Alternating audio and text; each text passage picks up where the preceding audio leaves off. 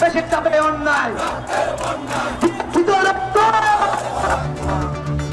আওয়ামী লীগ নিষিদ্ধের দাবিতে শাহবাগে অবরোধ চলছে। বিকাল ৩টায় গণজমায়েত, অন্য কোনো সড়কে ব্লকেট না দেওয়ার আহ্বান হাসনাতের।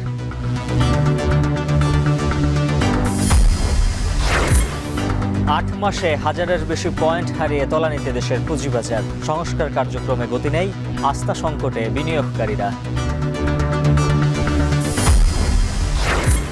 ফরিয়াদের বেঁধে দেয়া দামে আটকা হাওড়ের কৃষক, পানির দরে ধান বিক্রি। ঢাকার ধামরায় ইট ভাটার ধোঁয়ায় পড়ল কয়েকশো বিঘা ধান। আরো জায়গা নাই, ও তো ধান দেম লইতো দেম আর কেমতাটা নাই, ওহন এই লোকসান দিমা মাল ছাড়ি দিছি। একটা সন্তান মানুষ করতে যেরকম কষ্ট লাগে তার সাথে বেশি কষ্ট করে আমি ধান আবাদ করছি। এই ধানগুলো সব পুইরা শেষ হয়ে গেছে। প্রখ্যাত লোকসঙ্গীত শিল্পী মোস্তফা জামান আব্বাসী আর নেই। বাদ জোহর গুলশান আজাদ মসজিদে জানাজা শেষে আজিমপুরে দাফন।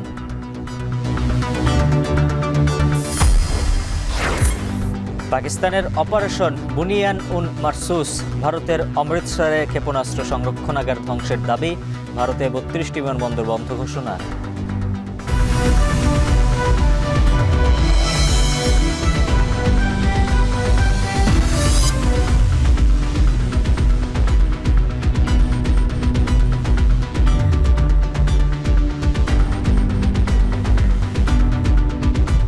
স্বাগত। এখন বাণিজ্যে, সঙ্গে আছে আমি উজ্জ্বল হাফিজ। আওয়ামী লীগ নিষিদ্ধের দাবিতে শাহবাগে চলছে টানা অবস্থান কর্মসূচি। সড়কে বন্ধ যান চলাচল। এই মুহূর্তে সেখানে আছেন সহকর্মী তানজিলা খান মিম, যুক্ত হব তার সঙ্গে। মিম, জানাবেন শাহবাগের অবস্থান কর্মসূচিতে ধীরে ধীরে অংশগ্রহণ বাড়ছে কিনা, আর কি বলছেন বিক্ষোভকারীরা?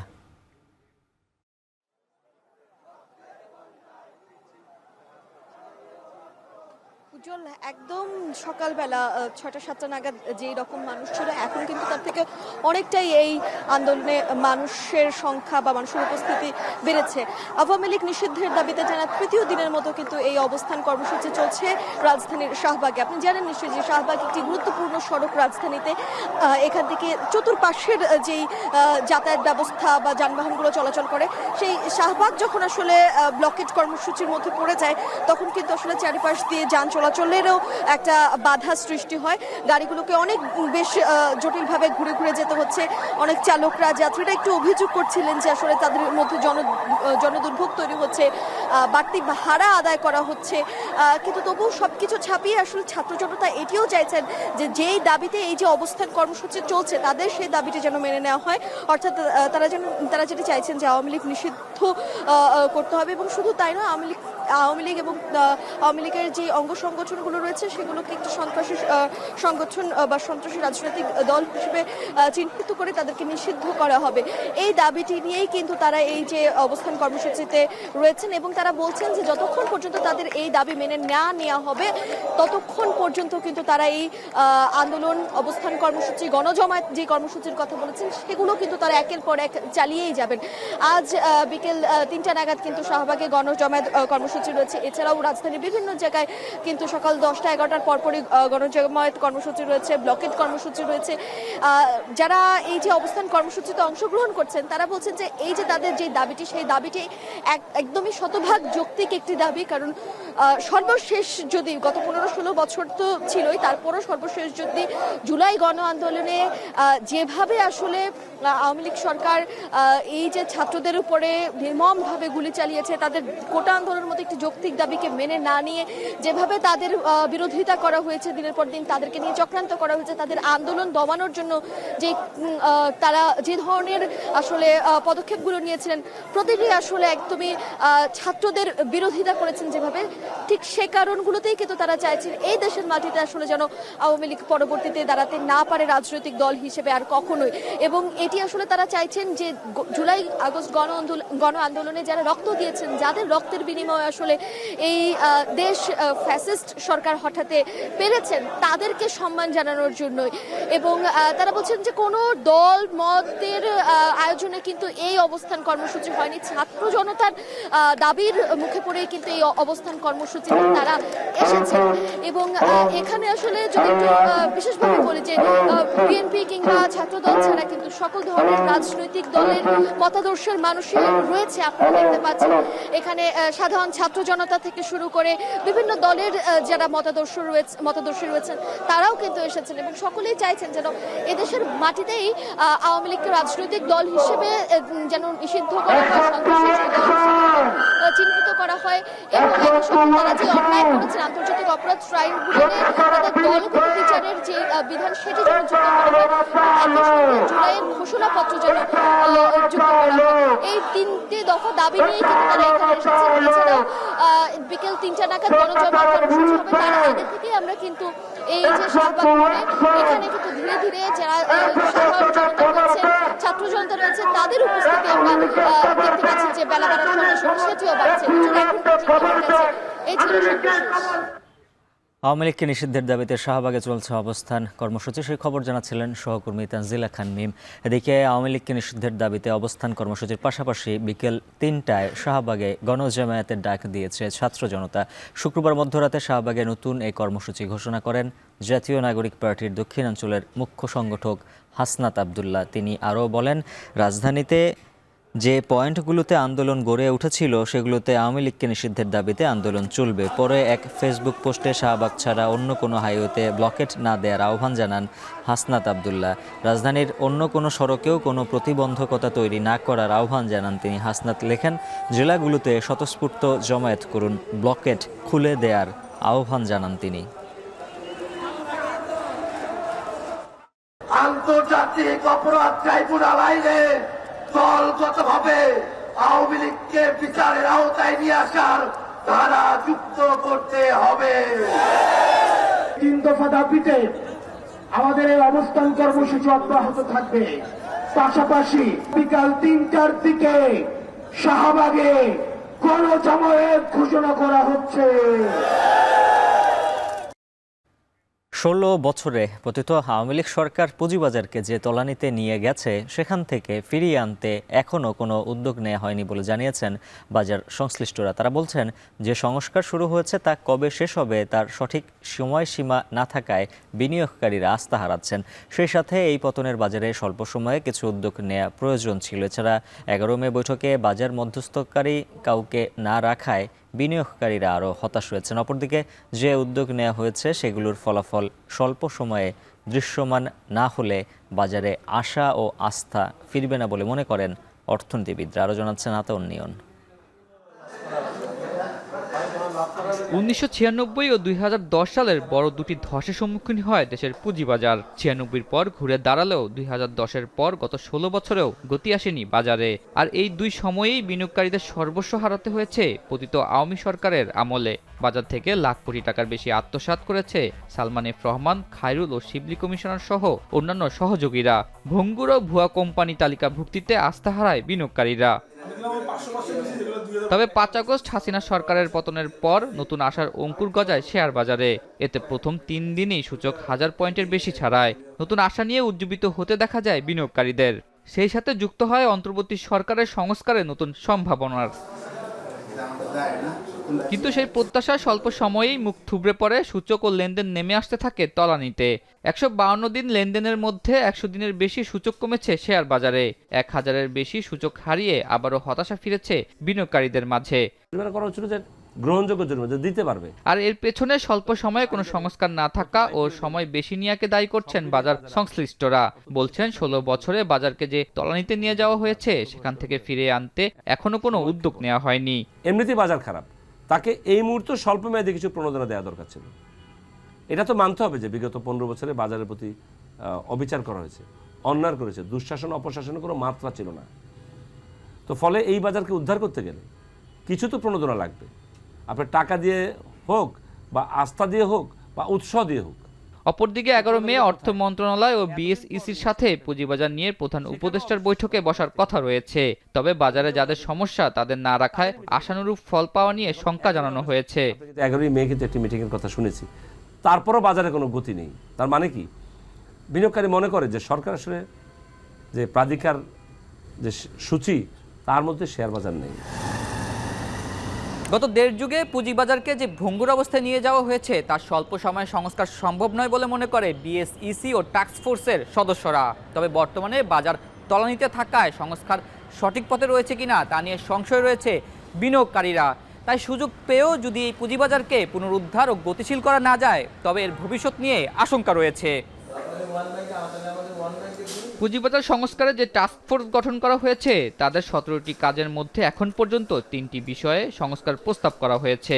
তাই 9 মাস পেরিয়ে যাওয়ায় বর্তমান সরকারের সময়ে এই সংস্কার শেষ হবে কিনা তা নিয়ে প্রশ্ন উঠেছে। এদিকে আগামী বাজেট এবং 2 থেকে 3 মাসের মধ্যে শেয়ার বাজার নিয়ে ইতিবাচক সিদ্ধান্ত আসবে বলে সরকারের পক্ষ থেকে জানানো হয়েছে। এর মধ্যে দীর্ঘদিন ধরে যেসব বড় সমস্যা রয়েছে সেগুলোর বেশিরভাগের সমাধান হওয়ার আশা প্রকাশ করা হয়েছে। এগুলি আসতেছে বিভিন্ন সেক্টরাল রিপোর্ট, এগুলি একটা সার্বিক ফ্রেমওয়ার্কের মধ্যে এনে আমরা কি কি রিকমেন্ডেশন ইমিডিয়েটলি ইমপ্লিমেন্টেশন করা যায়, কোনটা মিডিয়াম টার্ম, কোনটা সিকোয়েন্স করতে হবে, সব তো একসাথে করা যাবে না, সম্ভব না। আমাদের লোকবলও নাই, আর এটা কেওস হবে। আমাদেরকে প্রায়োরিটাইজ করতে হবে কোনটা প্রায়োরিটি, কোনটা, এগুলি কাজটাই আমাদের কমিটি করবে এখন।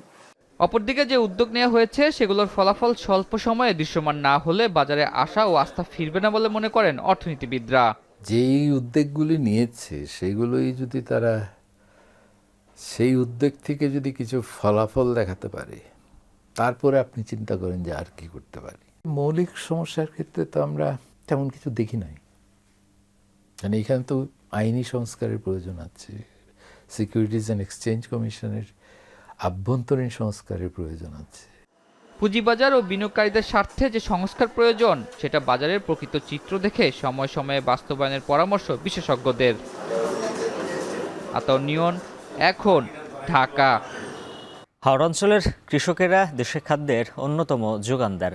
একক ফসল হিসাবে বোরোর 25 থেকে 30% আসে হাওড় থেকে, কিন্তু ন্যায্য মূল্য পাচ্ছেন কি কৃষক?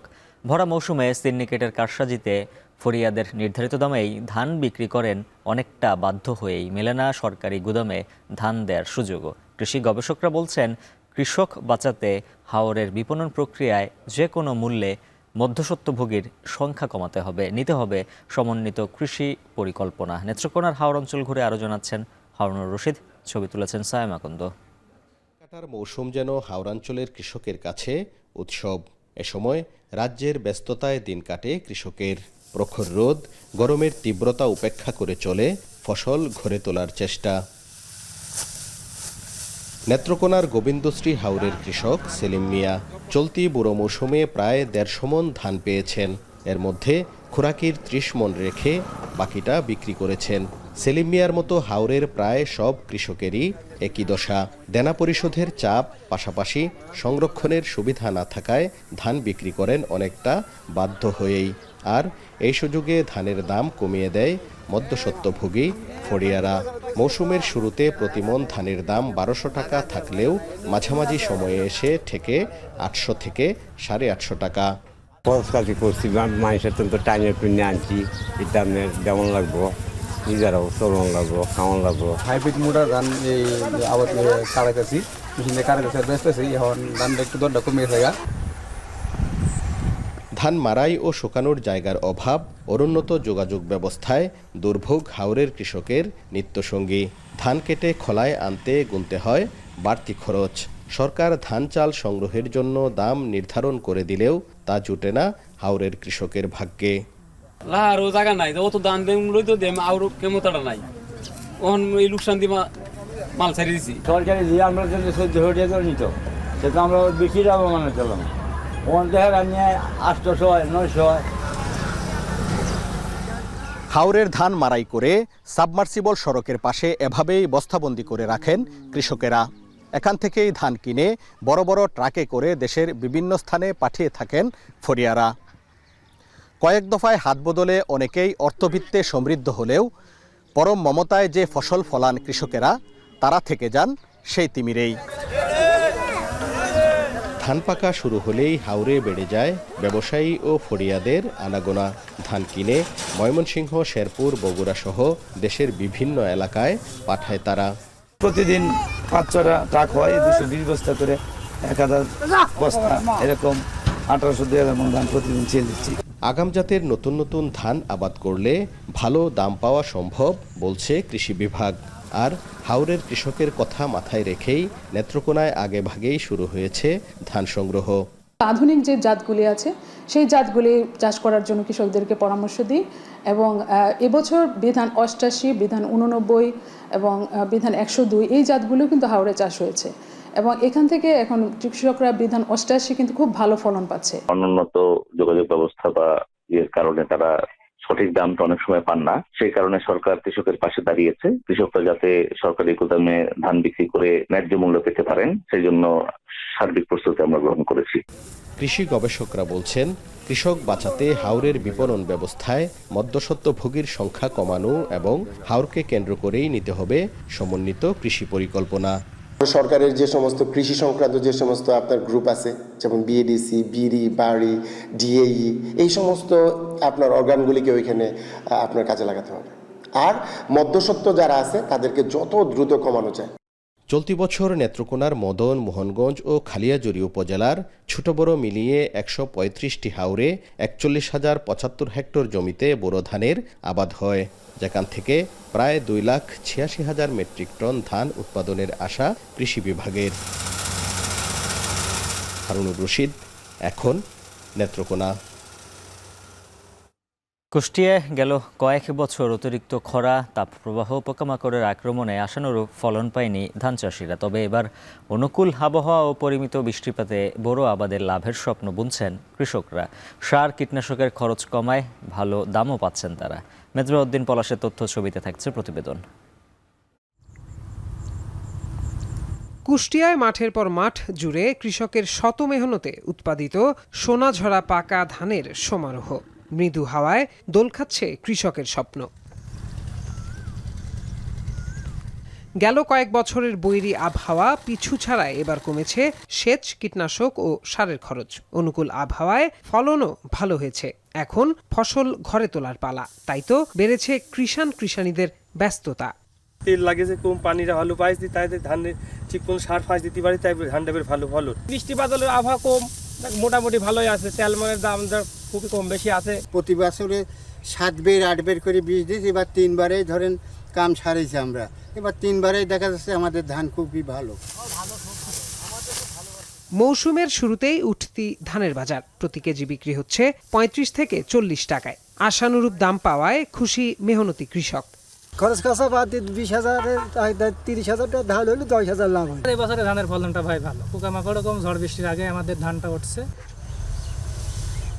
তবে পুরোপুরি না পাকায় অনেক কৃষকের ধান এখনো মাঠে, তাই হঠাৎ কালবৈশাখীর শঙ্কায় রয়েছেন অনেকে। এমন অবস্থায় ফসল বাঁচাতে নানান পরামর্শ দিচ্ছেন কৃষি কর্মকর্তারা। আমরা কৃষকদের পরামর্শ দিয়ে যাচ্ছি যে এই মৌসুমে 80% ধান পেকে গেলে দ্রুত ধানটা কেটে বাড়িতে আনে, কারণ যে কোনো মুহূর্তে আমাদের প্রাকৃতিক ঝড় বা শিলাবৃষ্টি হতে পারে, যাতে কৃষকের উৎপাদিত ধানটা নষ্ট হয়। সেজন্য আমরা সার্বক্ষণিক মাঠে পরামর্শ দিয়ে যাচ্ছি। কৃষি বিভাগের হিসেবে চলতি মৌসুমে কুষ্টিয়ায় 35,996 হেক্টর জমিতে বোরো আবাদ হয়েছে, যেখান থেকে অন্তত 2,30,000 টন ধান উৎপাদনের আশা কৃষি বিভাগের। এখন কুষ্টিয়া। ঢাকার ধামরায়ে ইটভাটার ধোঁয়ায় অন্তত 3টি এলাকায় কয়েকশো বিঘা জমির ধান পুড়ে গেছে। এতে ক্ষতির মুখে পড়েছেন কৃষকরা। অবিলম্বে ইটভাটা মালিকদের কাছে ক্ষতিপূরণের দাবি জানিয়েছেন তারা। এই বিষয়ে ব্যবস্থা নেওয়ার আশ্বাস কৃষি অধিদপ্তরের। হুমায়ুন কবিরের প্রতিবেদনে থাকছে বিস্তারিত। ধামরায়ের বিস্তীর্ণ ফসলি ক্ষেত। কিছুদিন আগ পর্যন্ত এখানে সোনালী ধান দোল খেলেও এখন সবগুলোই ধারণ করেছে ধূসর রং। পাশের ইটভাটার বিষাক্ত গ্যাসে পুড়ে নষ্ট হয়ে গেছে সব ধান। একই অবস্থা 3 ইউনিয়নের অন্তত 120 হেক্টর জমির সব ফসলের। বোরো মৌসুমের ফসল তোলার 2 সপ্তাহ আগে ধানের এমন ক্ষতিতে ক্ষুব্ধ চাষিরা।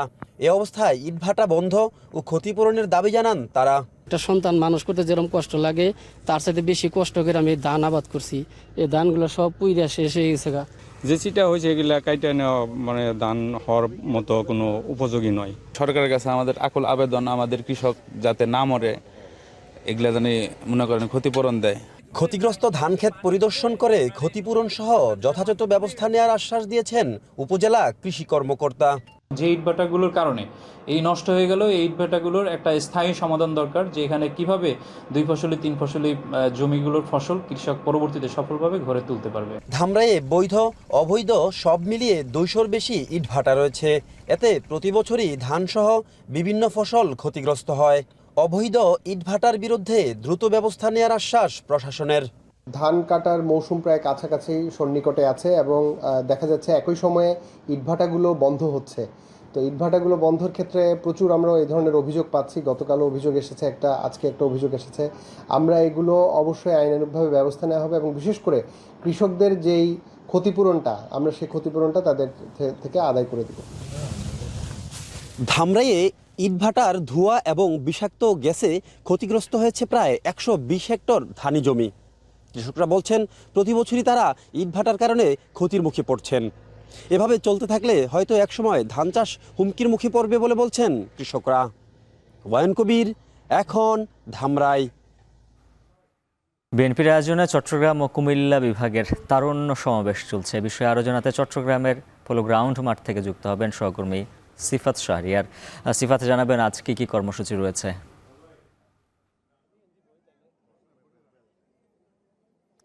আজকে মূলত সমাবেশ, এর আগদিন ছিল সেমিনার। মূলত বিএনপির যে 3 অঙ্গ সংগঠন রয়েছে, সহযোগী সংগঠন, ছাত্রদল, যুবদল এবং স্বেচ্ছাসেবক দল, তাদের আয়োজনেই এই 4 বিভাগে, সারা দেশে 4 বিভাগে তারা ভাগ করেই এই সমাবেশ করছে।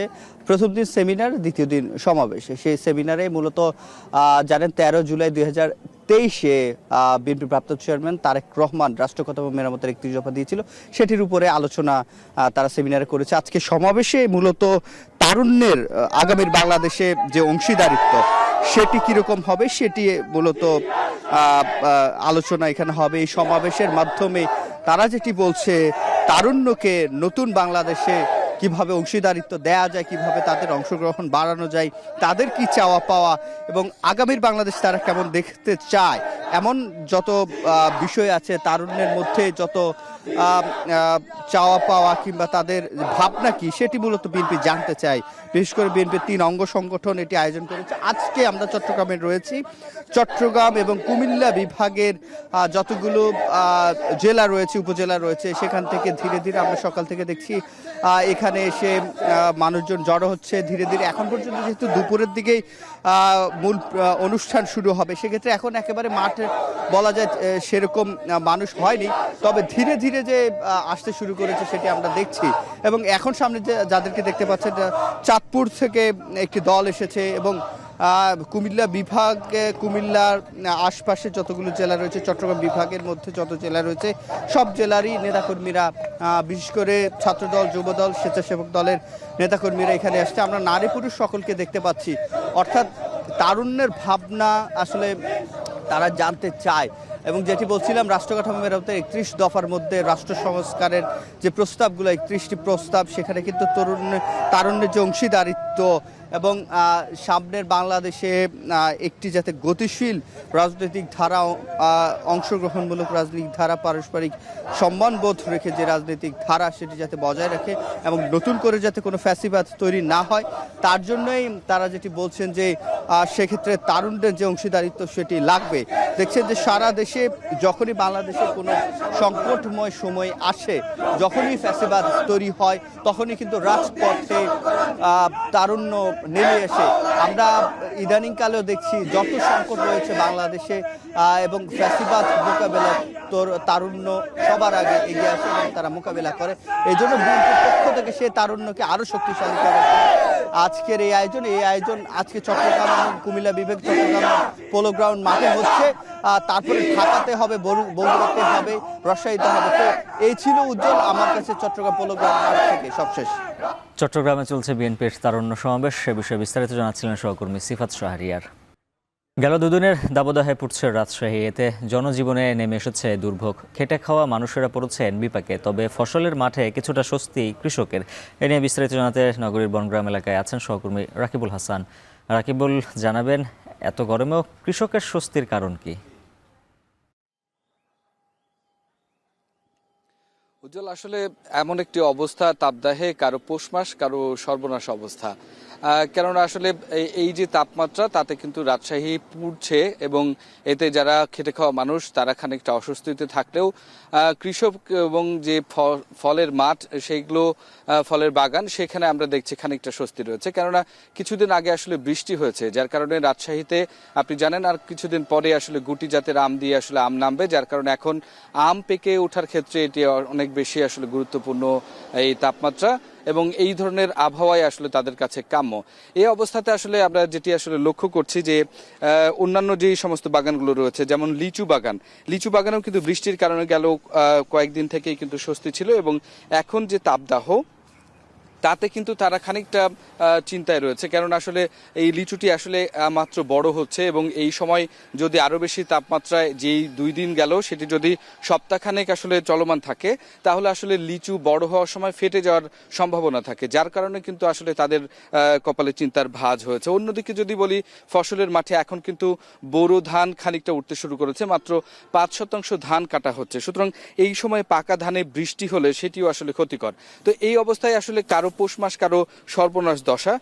তো এক্ষেত্রে আসলে কৃষকরা বলছেন যে বৃষ্টি না হলে, এইরকম খরতাপ থাকলে আসলে অধিকাংশ ক্ষেত্রে আসলে তাদের সুবিধা হয়। এই কারণে আসলে এই যে তাপদাহ, সেটি খানিকটা কৃষকের কাছে স্বস্তির হয়ে এসেছে। তবে এই ক্ষেত্রে খেটে খাওয়া মানুষ যারা রয়েছে, শ্রমিক যারা রয়েছেন, আমরা দেখছি যে আসলে তারা খানিকটা অস্বস্তিতে পড়েছে, ভোগান্তিতে পড়েছে এবং নগর জুড়ে আসলে সাধারণ মানুষের যে চলাচল, সেটি খানিকটা কমে এসেছে।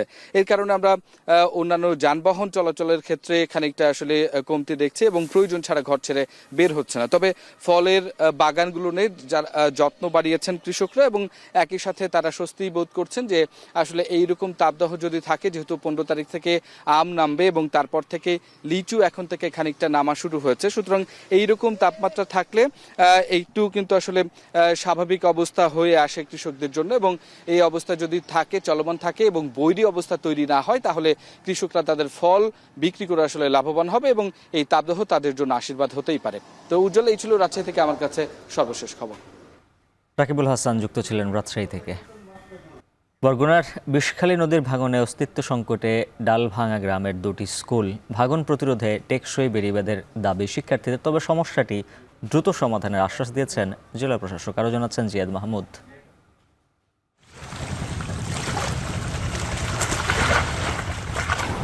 কোন ক্লাসে পড়ো? আমি 10ম শ্রেণীতে পড়ি। তুমি কোন ক্লাসে স্কুলে ভর্তি হয়েছো? আমি 7ম শ্রেণীতে ভর্তি হয়েছিলাম। তখন এই নদীটা কতটুকু ছিল? তখন এই নদীটা অনেক দূরে ছিল, কিন্তু প্রত্যেক বছর ভাঙতে ভাঙতে এখন প্রায় আমাদের স্কুলের কাছে এসে গেছে। শ্রেণীকক্ষ, যেখানে হয় জ্ঞানের চর্চা, কিন্তু সম্পূর্ণ ভিন্ন চিত্র বরগুনার ডালভাঙা গ্রামে। নদী ভাঙনের কবলে ডালভাঙা বিএম মাধ্যমিক ও সরকারি প্রাথমিক বিদ্যালয়। শিক্ষার্থীরা দিন পার করছে শঙ্কায়, কারণ যে কোনো সময় নদীগর্ভে বিলীন হয়ে যেতে পারে পুরো স্কুলটি। প্রতিবছর ঝড় জলোচ্ছ্বাস সহ নানা প্রাকৃতিক দুর্যোগে স্কুলের অবকাঠামো ক্ষতিগ্রস্ত হওয়ার ভোগান্তিতে শিক্ষার্থীরা। তাদের দাবি ভাঙন রোধে টেকসই বেড়িবাঁধ ও সাইক্লোন শেল্টার নির্মাণের। আমরা যখন এই স্কুলে এসেছি তখন এই নদীটি অনেক দূরে ছিল, বছরে বছরে এটি ভেঙে ভেঙে ক্রমে ক্রমে আমাদের স্কুলের দিকে এগিয়ে আসছে। এই ভবন ভেঙে যাবে 2 দিন পরে, এই বর্ষাও যাবে না। স্কুলে যদি ভেঙে যে আমরা পড়াশোনা করব কোথায়? আমরা অতি দ্রুত টেকসই বেড়িবাঁধ চাই এবং এই স্কুলের আওতাধীন এই নদী ভাঙন এলাকায় ব্লক চাই। স্থানীয়রা নদী ভাঙনের কারণ হিসেবে দায়ী করছেন অবৈধ ইটভাটাকে, যা গড়ে উঠেছে নদীর ওপারে বাইনচটকি এলাকায় চর দখল করে। ফলে নদীর স্বাভাবিক প্রবাহ বাধাগ্রস্ত হয়ে ঢেউ আশ্রে পড়ছে স্কুলের পাশে। বিদ্যালয়টি যে হারে ভাঙনের শিকার, সে অচিরেই বিলুপ্ত হয়ে যাবে। তখন বিদ্যালয়ের যে শিক্ষার্থীরা, তারা শেখার কোনো জায়গা থাকবে না। ব্যারিকেডটা দিলে হয়তো বিদ্যালয়তে টিকবে এবং অত্র এলাকার শিক্ষার্থীরা শিক্ষার পরিবেশ সুষ্ঠু সুন্দরভাবে গঠন করতে পারবে। শিক্ষার্থী ও স্থানীয়রা স্কুল রক্ষায় মানববন্ধন, স্মারকলিপি দেয়া সহ নেয় নানা ধরনের উদ্যোগ। জেলা প্রশাসক জানায়, স্কুল রক্ষায় দ্রুতই পদক্ষেপ নেওয়া হবে। রিভার ব্যাথমেট্রি সার্ভে করা হয়েছে, ব্যাথমেট্রি সার্ভে করার রিভার প্রোফাইলটা আমরা বের করছি, ঊর্ধ্বতন কর্তৃপক্ষ অবগত করছি। ইনশাআল্লাহ খুব শীঘ্রই এখানে যথাযথ ব্যবস্থা নেওয়া হবে। জিওব্যাগ ফেলে আপাতত ভাঙনটাকে রোধ করার ব্যবস্থা গ্রহণ করছেন এবং এই বিষয়ে ওনার সাথে কথা হয়েছে, আজকেও কথা হয়েছে। আমরা আশা করি খুব দ্রুত এই বিষয়ে কার্যক্রম গ্রহণ করা হবে। নদী ভাঙনের এমন চিত্র শুধু ডালভাঙা পয়েন্ট জুড়েই নয়। বরগুনা জেলার 805 কিলোমিটার বেড়িবাঁধের 20 থেকে 25টি পয়েন্ট রয়েছে অতি ঝুঁকিপূর্ণ অবস্থায়। বর্ষা এলে সেসব স্থানে বাজে ভাঙনের সুর।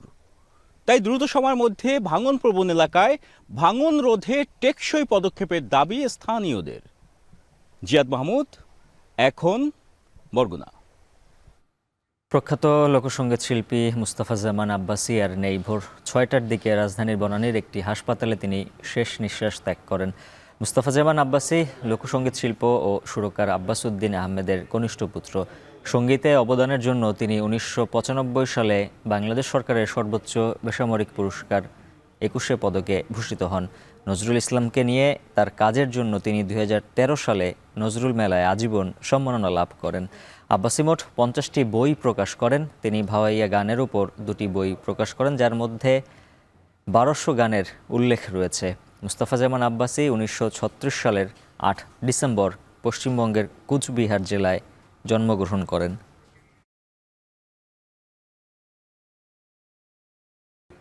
সংযুক্ত আরব আমিরাতে 10 লাখেরও বেশি বাংলাদেশের চাহিদার কথা মাথায় রেখে গতিশীল হচ্ছে রপ্তানির বাজার। দেশ থেকে নিয়মিত পোশাক, ফলমূল, সবজি ও পাটজাত পণ্য যাচ্ছে সেখানে। তবে ধারাবাহিকভাবে কমছে হোম টেক্সটাইল পণ্যের রপ্তানি। মিশন বলছে, রপ্তানি আয় কমলেও ধীরে ধীরে তা সমতায় আসবে। তবে এই সময় আমিরাতের সঙ্গে সমন্বিত অর্থনৈতিক অংশীদারিত্বের বিষয়টিতে দেয়া হচ্ছে বিশেষ গুরুত্ব। আরও জানাচ্ছেন কামরুল হাসান জনি। সংযুক্ত আরব আমিরাতের বিশাল বাংলাদেশি জনগোষ্ঠীর চাহিদা মাথায় রেখে দেশীয় পণ্য আমদানি করেন প্রবাসী ব্যবসায়ীরা। দেশটিতে নিয়মিত রপ্তানির তালিকায় রয়েছে পোশাক, ফলমূল, সবজির মতো নিত্য প্রয়োজনীয় পণ্য। এসব পণ্য ছোট বড় সুপার শপ ও বাংলাদেশি প্রতিষ্ঠানগুলোতে পাওয়া যায়। দেশটি থেকে রপ্তানি আয়ের বড় অংশ আসে এসব পণ্য থেকে। চলতি অর্থ বছর দেশটি থেকে সর্বোচ্চ রপ্তানি আয় এসেছে নিটওয়্যার, ওভেন গার্মেন্টস ও পাটজাত পণ্য থেকে। গেল বছর অ্যাগ্রো প্রোডাক্টও ছিল এই তালিকায়। পরিসংখ্যানে দেখা যায়, চলতি অর্থ বছরে দেশটি থেকে $48 কোটি রপ্তানির লক্ষ্যমাত্রা ধরা হলেও গত বছরের জুলাই থেকে চলতি বছরের মার্চ পর্যন্ত দেশটি থেকে রপ্তানি আয় এসেছে $28 কোটি। লক্ষ্যমাত্রা থেকে এখনো যা $20 কোটি পিছিয়ে। আমাদের আগে শিপমেন্টের যে ব্যাপারটা, সেটা আমাদের আগে 15 দিনে আমরা শিপমেন্ট পেয়ে যেতাম। এখন সেই শিপমেন্ট আমাদের 45 ডেজ লাগে। নতুন যে গভর্নমেন্ট আছে, ওরা যদি এখন আমাদের শিপমেন্টটা ডাইরেক্ট করতে পারে ঢাকা টু দুবাই, তাহলে আমাদের এখানে 45 ডেজ না 10 ডেজ তো 15 ডেজ ভিতরে আসবে। দুবাই বাংলাদেশ কনসুলেটের কমার্শিয়াল কাউন্সিলর জানান, 2022-23 অর্থ বছর থেকে দেশটিতে হোম টেক্সটাইল পণ্যের রপ্তানি কমতে শুরু করে, যে কারণে ধারাবাহিকভাবে কমছে রপ্তানি আয়। চলতি বছরেও হোম টেক্সটাইল পণ্যের রপ্তানি নেমে এসেছে শূন্যের কোঠায়। ব্যবসায়ীরা বলছেন, রপ্তানি বাড়াতে হলে বিমানবন্দরে গ্রাউন্ড হ্যান্ডেলিং ও ফ্রেট ফরওয়ার্ড চার্জ কমানোর বিকল্প নেই। পাশাপাশি ফল ও সবজির মতো পণ্যের আউটপুট প্যাকেজিং বিশ্বমানের করার দাবি তাদের। দেশে উৎপাদিত পণ্যের জন্য বাজার গবেষণা সহ আমিরাত ভিত্তিক প্রতিষ্ঠানগুলোর সঙ্গে সমন্বয় করা, রপ্তানি ঝুড়ি সম্প্রসারণ করতে ঔষধ, মিনিকেট চাল, মৌসুমি ফল ও সবজি, বায়ো ডিসপোজেবল প্লাস্টিক পণ্য, পাট ও চামড়াজাত পণ্য অন্তর্ভুক্ত করতে বলছেন প্রবাসীরা। আমরা যারা বাংলাদেশে এখানে 10 থেকে 11 লক্ষ লোক আছি, আমরা কিন্তু বাংলাদেশি চালটা আমরা পাই না। আমরা সবাই কিন্তু ইন্ডিয়ান চালটাই খাই। বাংলাদেশের সমৃদ্ধ ওষুধ শিল্প আছে। এই বাংলাদেশের সমৃদ্ধ ওষুধ শিল্পের কোনো ওষুধ ইউএর বাজারে পাওয়া যায় না। দেশটিতে নিযুক্ত রাষ্ট্রদূত বলছেন, গত বছর দেশের অস্থিতিশীলতায় রপ্তানি কিছুটা ক্ষতিগ্রস্ত হলেও চলতি অর্থ বছরের অবশিষ্ট সময়ে এই আয়ে ফিরতে পারে সমতা। আমাদের একটা ইকোনমিক পার্টনারশিপের কথা আমরা ভাবি, যে পার্টনারশিপ হলে আমরা মনে করব যে সংযুক্ত আরব আমিরাত আমাদেরকে একটা ইনএভিটেবল পার্টনার হিসেবে গণ্য করবে। ব্যবসায়ীরা বলছেন, হোম টেক্সটাইল ও কৃষিপণ্যের উপর জোর দেওয়ার পাশাপাশি এই খাতে আয় বাড়াতে হলে ঢাকা ও চট্টগ্রাম থেকে সপ্তাহে অন্তত 2টি সরাসরি কার্গো ফ্লাইট নিশ্চিত করতে হবে। রপ্তানি নির্ভর প্রতিষ্ঠানগুলোকেও আরও বেশি করে এগিয়ে আসার দাবিও তাদের। কামরুল হাসান জনি, এখন, সংযুক্ত আরব আমিরাত। কাজ হোক যাই সাথে এক্সপার্ট চাই, না টাইট লুজ যদি করতে হয় তবে এক্সপার্ট টুলসেই নিশ্চিত জয়। এক্সপার্ট হার্ডওয়্যার টুলস, সকল কাজের এক্সপার্ট সমাধান।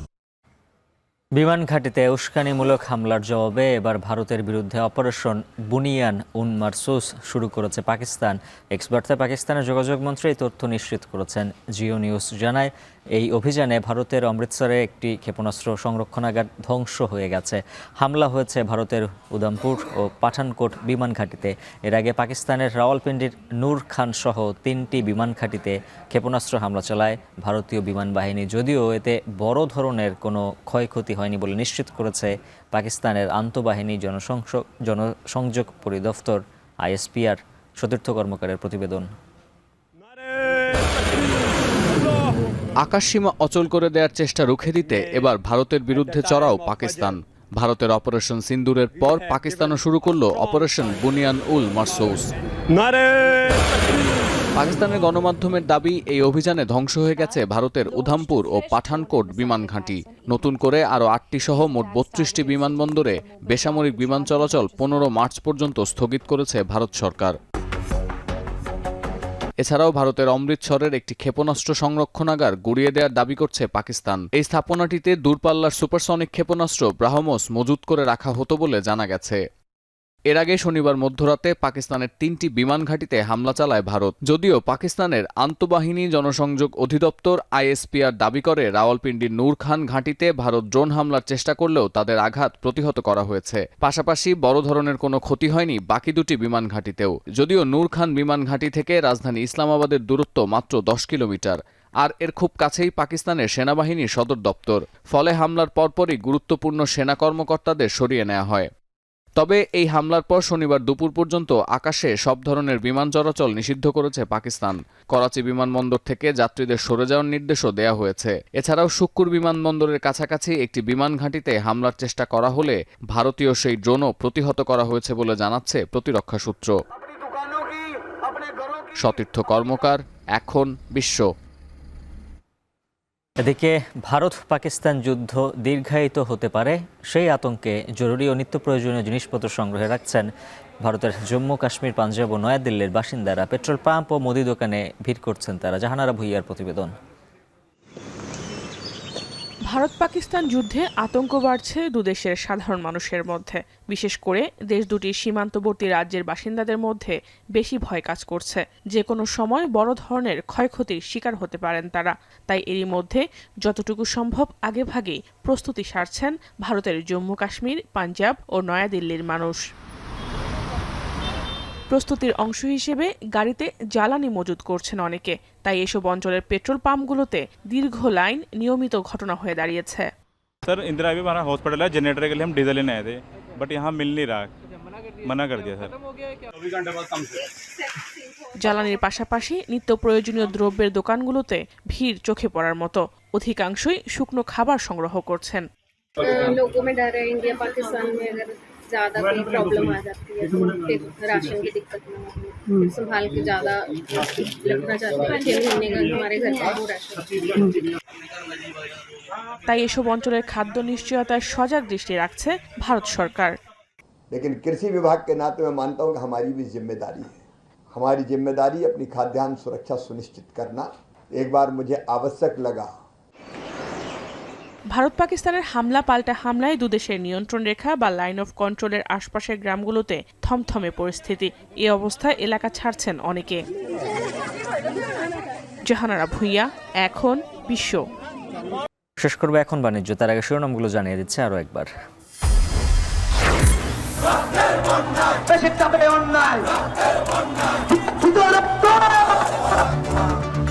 আওয়ামী লীগ নিষিদ্ধের দাবিতে শাহবাগে অবরোধ চলছে। বিকাল ৩টায় গণ জমায়েত, অন্য কোনো সড়কে ব্লকেট না দেওয়ার আহ্বান হাসনাতের।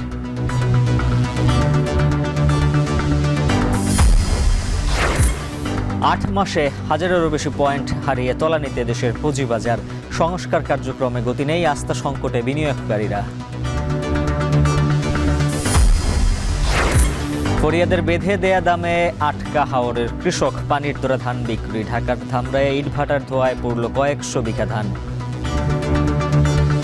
আরো জায়গা নাই, ও তো ধান দেম লইতো দেম আর কেমতাটা নাই, ওন এই লোকসান দিমা মাল ছাড়ি দিছি। একটা সন্তান মানুষ করতে যেরকম কষ্ট লাগে তার সাথে বেশি কষ্ট করে আমি ধান আবাদ করছি। এই ধানগুলো সব পুইরা শেষ হয়ে গেছে। প্রখ্যাত লোকসঙ্গীত শিল্পী মুস্তাফা জামান আব্বাসী আর নেই। বাদ জোহর গুলশান আজাদ মসজিদে জানাজা শেষে আজিমপুরে দাফন।